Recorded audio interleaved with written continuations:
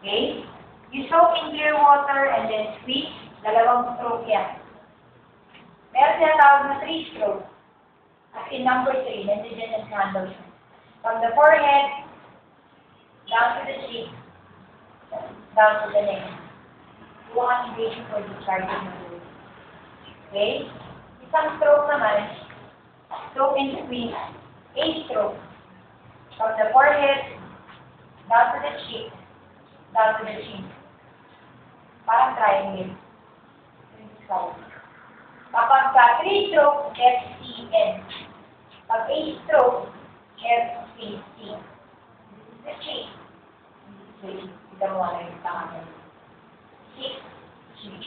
Okay? After the head, after the face, next is eyes. Unang cotton ball, clear water again, soaking squeeze. Hindi sinasabon ng mukha at mata. From the inner to the outer canal, then start.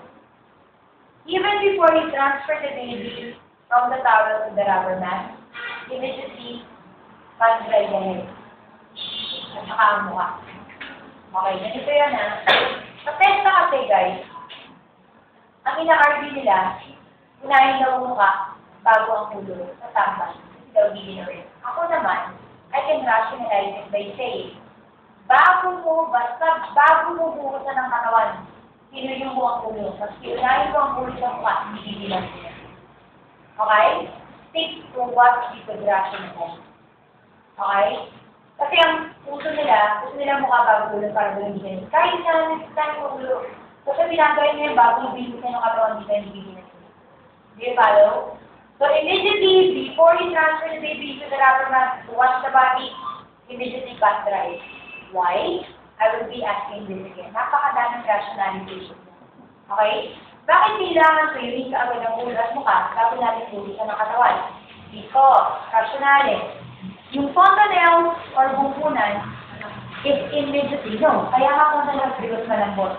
You would not call it fontanelle because matigas. So you would not say fontanelle because malambot pa. Mali, walang kinalaman sa paliligo yan. Fontanelle, which is your bumpunan, dahil wala pang ikal yan, kaya nga fontanelle comes next to your hypothalamus or adjacent to your hypothalamus. So in Tagalog, kasunod na bumpunan is yung hypothalamus mo agad. At kung naalala nyo kung ano yung hypothalamus,